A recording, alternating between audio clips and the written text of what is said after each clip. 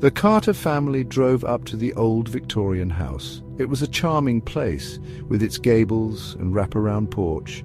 The paint was peeling and the lawn was overgrown. But Mr. and Mrs. Carter saw potential. This was their dream home. 10-year-old Emily wasn't so sure. She stared out the car window at the house. Gloom seemed to ooze from its very walls. A shiver ran down her spine.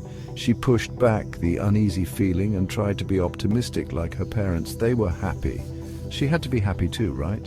They spent the next few days unpacking boxes. The house echoed with the sounds of their unpacking and settling in. They worked hard to make the house feel like home, but Emily couldn't shake the feeling that something was wrong. The house felt cold. It felt like someone was watching her. That night, Emily lay in bed. She listened to the creaking of the old house. The shadows in her room seemed to twist and turn. She pulled the covers over her head, trying to block out the feeling of dread. Emily wished she had never left their old home. The backyard was shrouded in the fading light of dusk. Emily played on the swing set, trying to enjoy the cool evening air. She swung higher and higher, trying to push away the unease that clung to her like a shroud.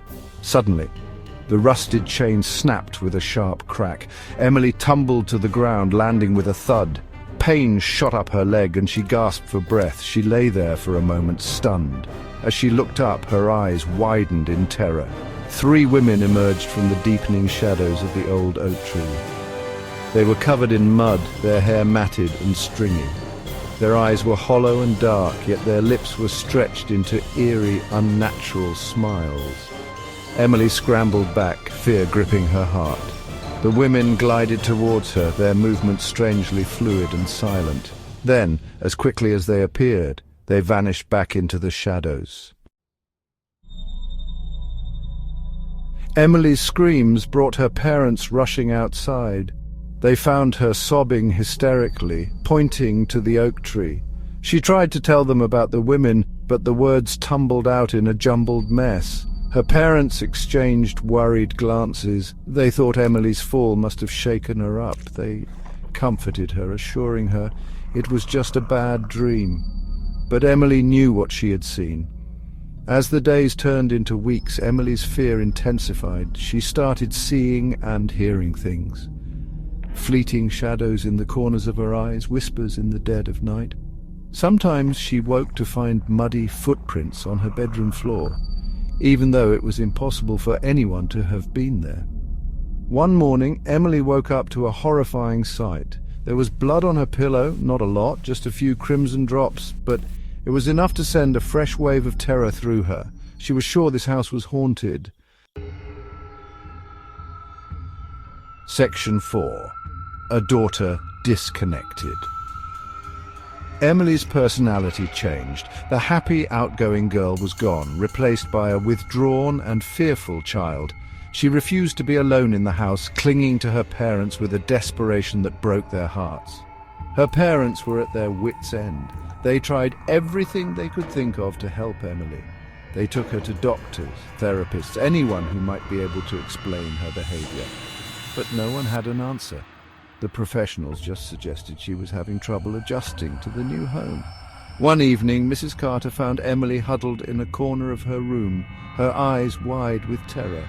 "They're here," Emily whispered, her voice trembling. "The women in the mud, they're here." Mrs. Carter felt a chill run down her spine. She held Emily close, trying to soothe her daughter's fears. But deep down, a seed of doubt began to grow in her heart. Could Emily be telling the truth? Was there something sinister lurking in their new home? Section 5. Seeking Solace. Desperate, the Carters turned to their local priest, Father Michael. He was a kind, elderly man with a reputation for helping those in need. They invited him to their home, hoping he could offer some guidance and solace. Father Michael listened patiently as the Carters recounted Emily's experiences. He observed Emily, noting her palpable fear and withdrawn demeanor. He felt a sense of unease settle over him. Something wasn't right. He had encountered true evil before, and he suspected it might be present here.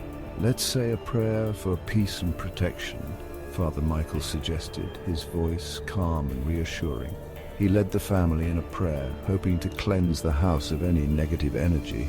But even as he prayed, Father Michael couldn't shake the feeling that something dark lingered in the very walls of the house. After the prayer, Father Michael asked if he could look around the house. The Carters, eager for any solution, readily agreed. Readily,